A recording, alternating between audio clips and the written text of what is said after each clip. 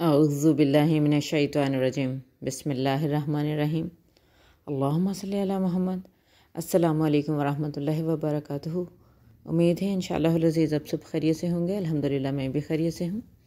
شفاعت، نبی اکرم صلی اللہ علیہ وآلہ وسلم کی شفاعت۔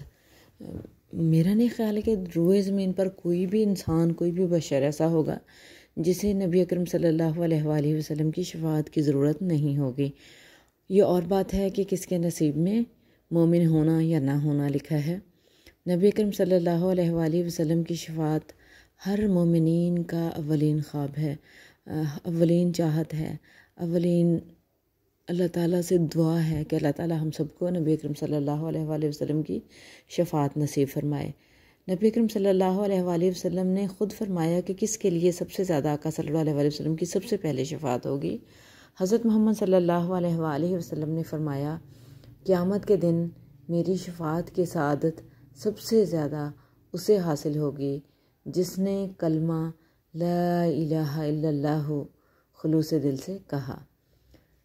یعنی نبی اکرم صلی اللہ علیہ وآلہ وسلم کے ارشاد سے ہمیں پتہ چلتا ہے کہ لا الہ الا اللہ خلوص دل کے ساتھ کہنا بھی شفاعت کا باعث ہوگا انشاءاللہ۔